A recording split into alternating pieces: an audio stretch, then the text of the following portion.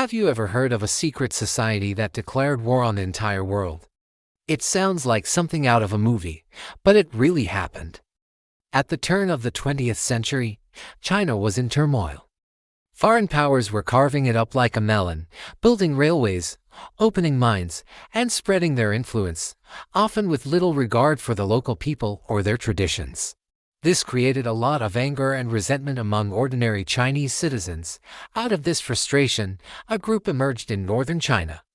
They were called the Society of Righteous and Harmonious Fists, but to the Western world, they became known as the Boxers. They weren't your typical army. They were peasants, laborers, and disenfranchised youth who practiced martial arts and believed they had spiritual powers that made them immune to foreign bullets. Their slogan was simple and powerful: support the king, destroy the foreigner. They saw foreign technology, religion, and people as a corrupting force that was destroying China's way of life.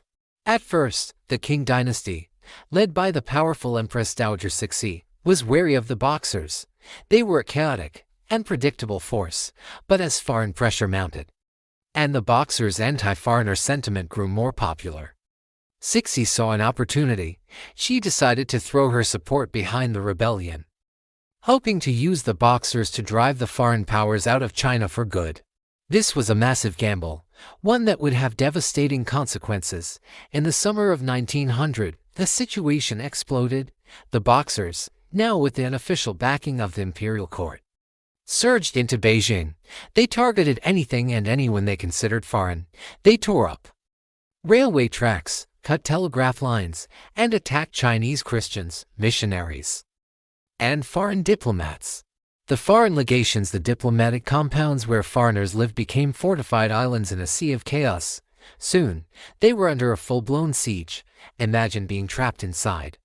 Food and water were scarce, and every day was a battle for survival. For 55 days, a small group of foreign soldiers, diplomats, and Chinese Christians held out against tens of thousands of Boxers and imperial troops. They were completely cut off from the outside world, sending desperate pleas for help that went unanswered for weeks. The world watched, holding its breath, wondering if anyone inside would make it out alive. The international response was unprecedented.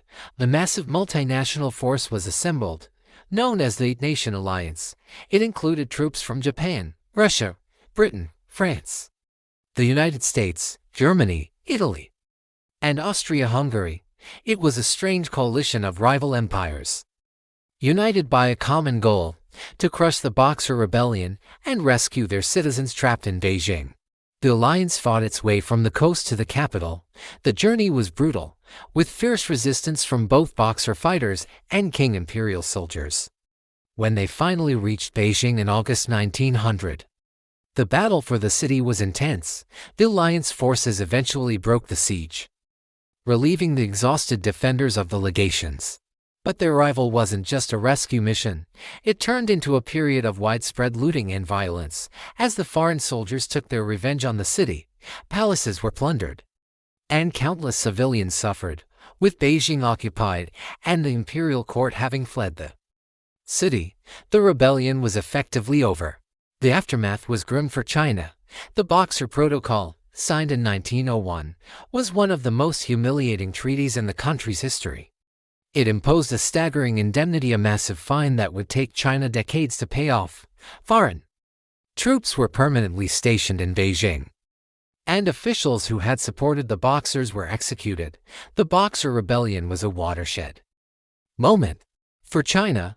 It was a painful and humbling disaster that exposed the weakness of the Qing Dynasty and deepened the sense of national crisis. It fueled the revolutionary movements that would ultimately lead to the end of imperial rule just a decade later.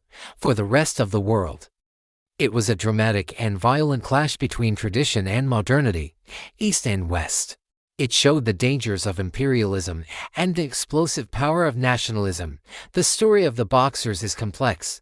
Were they patriotic heroes defending their homeland, or misguided fanatics? The answer isn't simple. They were a product of their time, a desperate response to immense pressure and foreign domination. Their rebellion was a tragic, bloody chapter in history, but one that profoundly shaped the course of modern China and its relationship with the rest of the world. It is a powerful reminder of what can happen when cultures collide and people feel their way of life is under threat. Thanks for watching. If you found this story interesting, be sure to hit that like button and subscribe for more deep dives into history. Let us know in the comments what historical event you'd like to see covered next. See you in the next video.